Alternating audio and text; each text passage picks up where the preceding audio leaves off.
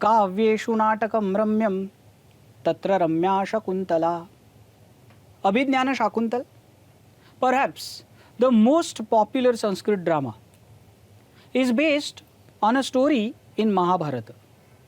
Ramayana and Mahabharata are regarded as Upajivya Kavya, as these epics stand as a source to a number of literary creations in later period. Abhijnana Shakuntalam is one example. There are some other plays which are inspired by the stories from Mahabharata. Here at Bhandarkar Oriental Research Institute, Pune, we offer a course based on two plays in Sanskrit literature. The course is titled Kalidasa and Bhasa, two icons and two iconic plays.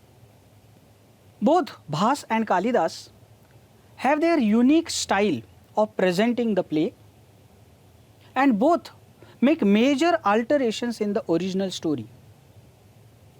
If you would like to know more about this, come and join us for the course. This course begins on 20th July 2022, and this is a course of week-long duration. You can get more details about the course here.